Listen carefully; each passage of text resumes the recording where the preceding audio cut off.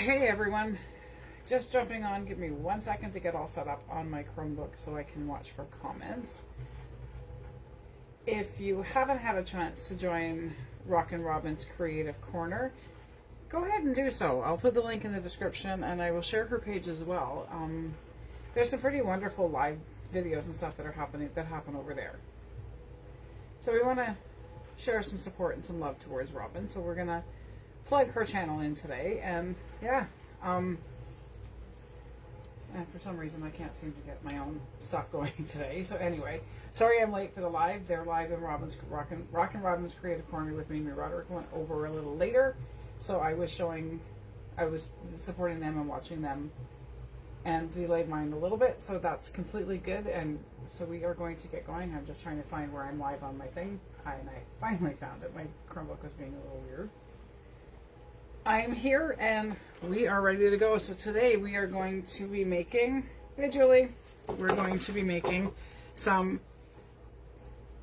hidden pockets that can be a belly band and could be whatever you wanted them to be in your journal. It could be a belly band, but they're going to be actual hidden pockets that you actually have to move an interactive element to find the pocket. So this is a really, really good project to use up some of your stash. I'm using up some of my 6x6 paper pads right now and working through some of those. So this is a really good way to use some of them. They're super simple. They're easy to make and they're interactive and they're kind of cute and fun. So let's just dive right in. So I have my 6x6 paper pads. I'll move those out of the way. I think I'm going to lower my camera just a bit. I apologize for the glare from that shiny cardstock paper. Let me see if I'm in the right spot. A little bit of a delay going over, so just a bit more. 1 sec. Okay, there we are, good in frame. So here we are. I have two of them. One is complete and one is just needing to be decorated. So again, these are 6x6 pads. So here is the completed one. Let me find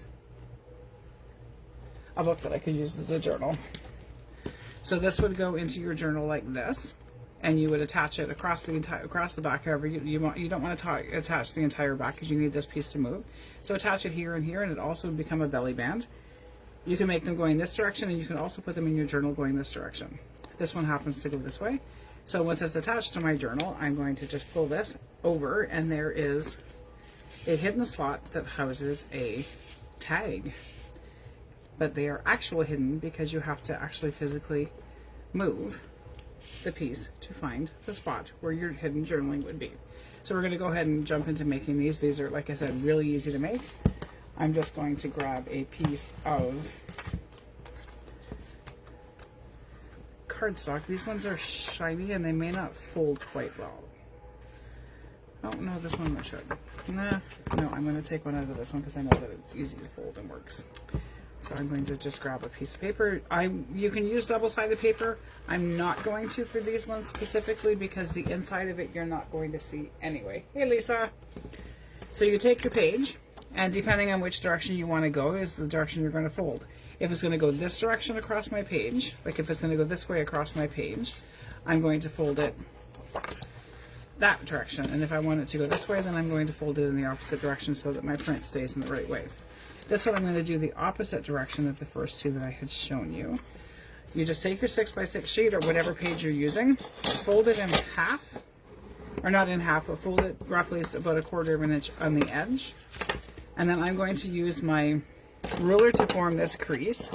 You can use a ruler, you can use your scoring tools, you can use however you would like to fold this.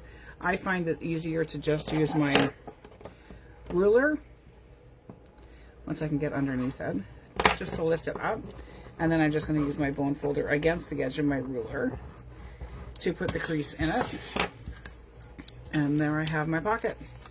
So it'll go in my book like that. So I'm just going to crease this fold. And then I'm going to reopen it. I'm going to ink the edges so it's easier for you to see what I'm doing once I reopen it.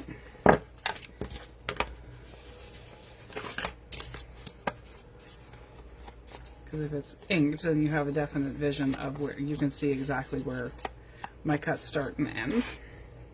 You can go all the way across or you can go part way across. I'm going to go probably pretty close all the way. So I'm going to reopen it, have everything flat, and then I have a quilting ruler that is see-through, so it's easy because I'm going to line up on my fold line one of the numbers. I can see through it. So I'm just going to go from edge to edge, just inside the edge, across. I'm going to come down a little bit. You want to leave enough room for your pocket, in the pocket, for you to be able to easily slide your tags or whatever you're putting in it in and out. So there is my 2 cuts done, and I'm just going to snip these pieces off.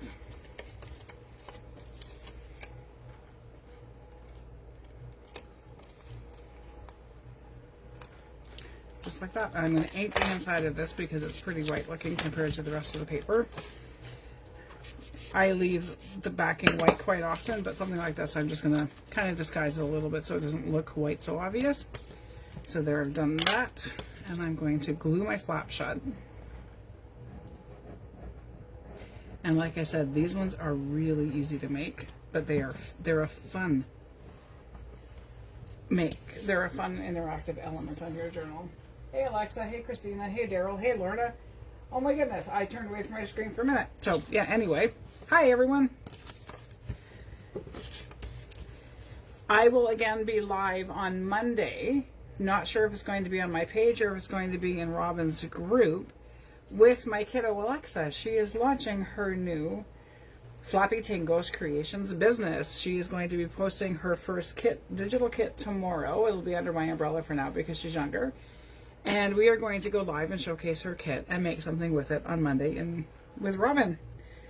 So watch for that on my page. So when you see anything that's Flappy Tingo, you know that that is going to be my kiddo's page. Flappy Tingo came from, not even sure where or why or how, but a Flappy Tingo is a flamingo. For some reason, she has taken it as a Flappy Tingo, and that's what they are called. So hence her business name, Flappy Tingo Creations. So I'm just going to take a piece of coffee dye paper at this point. I have my pocket all done. I'm going to glue the ends shut just so that nothing it makes it easier to hold the whole thing together. So glue my ends shut. I'll ink the ends after I'm all finished. So Alexa, if you want to, you can throw a link to your page in the video description in the comment section, and anybody who wants to like your page and follow, you can.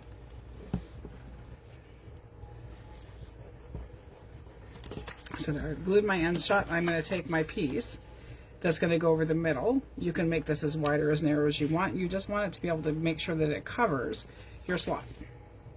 Just like that. Make sure my paper is big enough to fold over.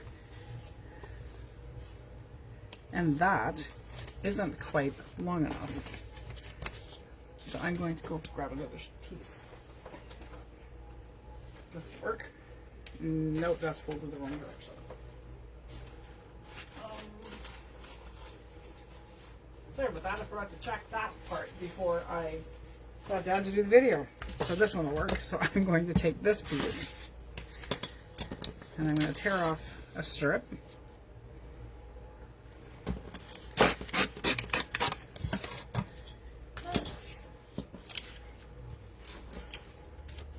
And I'm going to wrap it around my pocket. You want to leave it so that there's enough room for it to move. You don't want it so super snug and tight that it doesn't move on your page.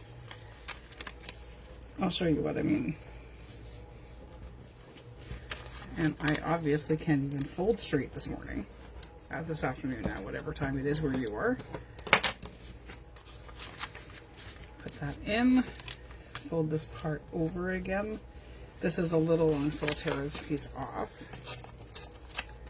And then I have enough to attach it. This side you can put on the front, back, however you'd like to do it. And then it'll slide over your page like that, and then that's how you make your movable piece.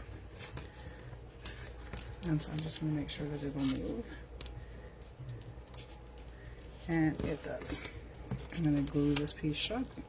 So I'll put a little bit of glue on one edge and then a little bit of glue on the other edge so that I know that it's connected all the way across. You could even do this on the front and do another little pocket and not cut it off and do another little pocket in this piece here. So there you have it. And then this just slides out of the way and your tag fits right in the side, and then you close it back up. And there you have a actual hidden journaling spot on your thing. Lisa is going to share and tag me in some pictures of ones that she's already created this morning. Her and I had a coffee together this morning online, and she's taken the idea and she's run with it and made some beautiful creations. So I can't wait to see for you guys all to see what she's made. So there you have it. There is the quick and easy. This one, what I did was 6x6 papers, folded to leave about 1/4 of an inch on the side, and I will trim these down and probably have to reclose the end depending on the book that it's going in and how long it needs to be for it to fit across one way or the other. So there is that part of it. Any questions, don't hesitate to reach out and ask me. Ask me in the comments, send me a direct message. And yeah, watch for our exciting kit launches tomorrow. And there won't be a tutorial next Tuesday. We'll be live with Robin on Monday instead. And then starting the second week in September, I believe it is, I will be doing every Tuesday my lives will change from the tutorial Tuesdays like this into a stuffed folio tutorial. We're going to build the folio base, and then we're going to do mass makes for the next 3 or 4 weeks after that to stuff it full of ephemera pieces. So there will be a stuffed folio tutorial starting on, I think it's the second Tuesday in September. And then the second Friday, I believe it is in September as well, there is going to be a soft cover 3-hole pamphlet stitch journal tutorial, a basic journal from start to finish, that we're going to be doing as well on my channel. So anyway, there you go.